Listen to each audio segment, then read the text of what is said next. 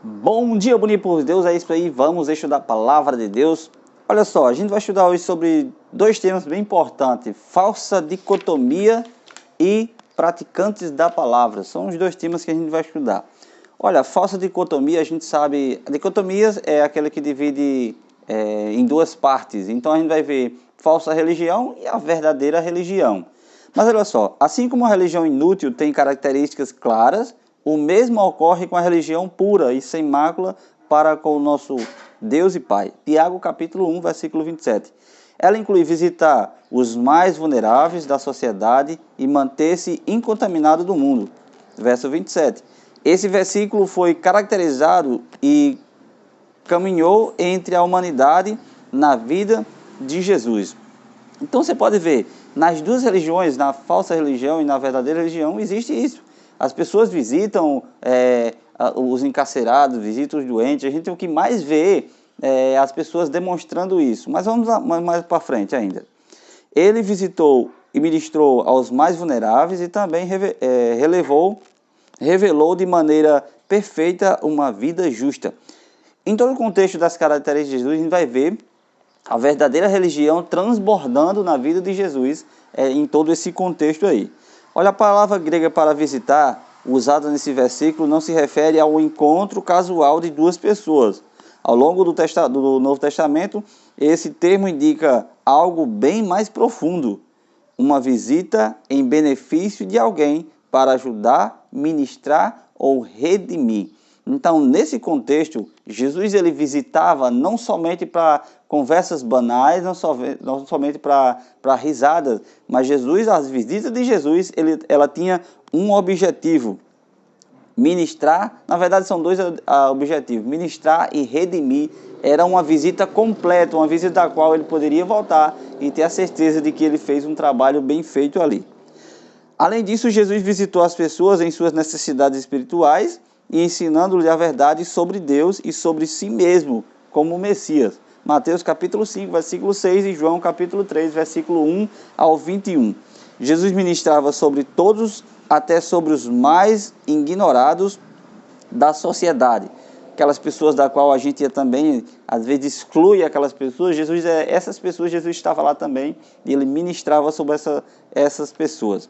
A vida de Jesus prova que ministrar ao mundo e ficar limpo das manchas do mundo não são duas opções dicotômicas ou conflitantes. Então, olha só que interessante.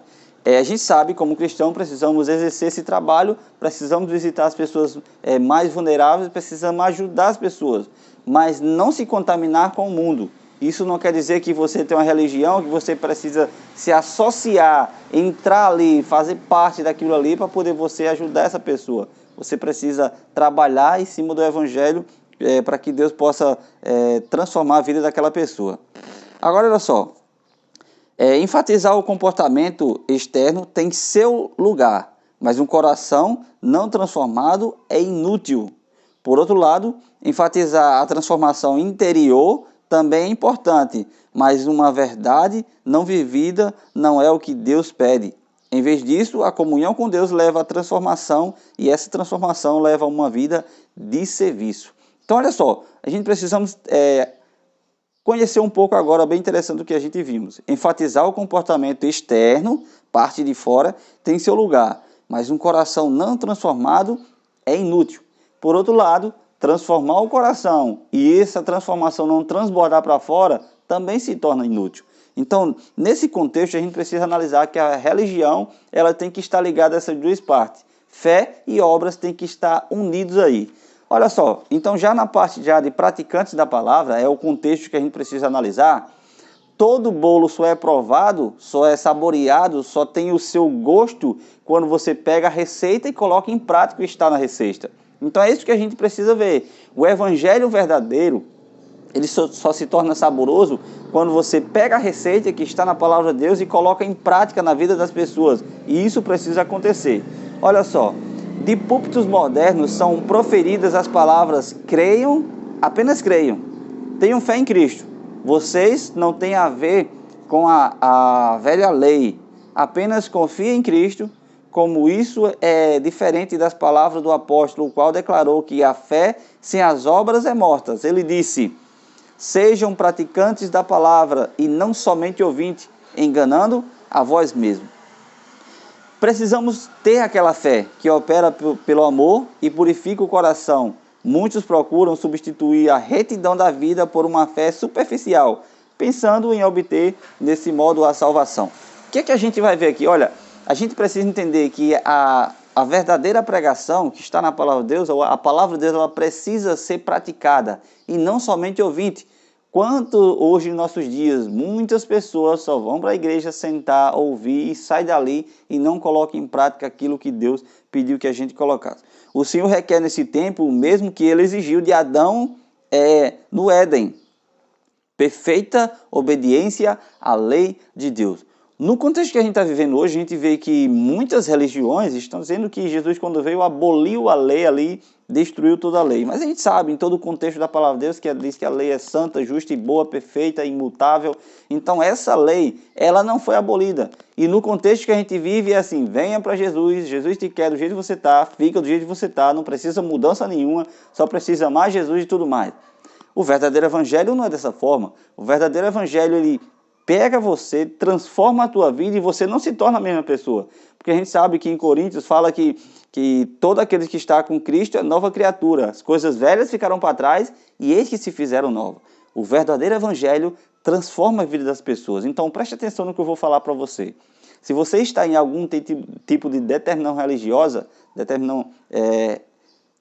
e não aconteceu mudança nenhuma na sua vida, tenha cuidado. Porque talvez falso evangelho está sendo colocado na sua vida, ou até então você não está colocando em prática aquilo que Jesus pediu que você colocasse. Então a gente precisamos colocar em prática tudo o que Jesus falou. O sacrifício de Cristo no Calvário é um argumento irrefutável que mostra a imutabilidade da lei. O que é que a lei fala? Romanos capítulo 6, versículo 23 fala: o salário do pecado é a morte, mas o dom gratuito de Deus é a vida eterna em Cristo Jesus. Então o salário do pecado é a morte. E o que é pecado? 1 João 3,4 fala: todo aquele que pratica também transgride a lei, porque o pecado é a transgressão da lei. Então o pecado é transgressão da lei. Quando você peca, a lei automaticamente já diz que você é um condenado, é um culpado.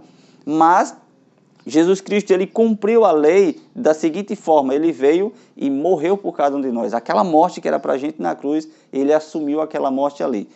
Com isso a lei foi abolida? Não, hoje você não pode matar, você não pode roubar, você não pode adulterar. Só que no contexto que a gente vê hoje, de uma sociedade, de um sistema religioso, no contexto é assim: não, Jesus aboliu determinado ponto. Alguns dizem que Jesus aboliu essa lei aqui, Jesus aboliu essa aqui. Alguns dizem que Jesus aboliu o segundo, que é não fazer imagem de escultura. Outros dizem que Jesus aboliu o quarto, que lembra dia de sábado.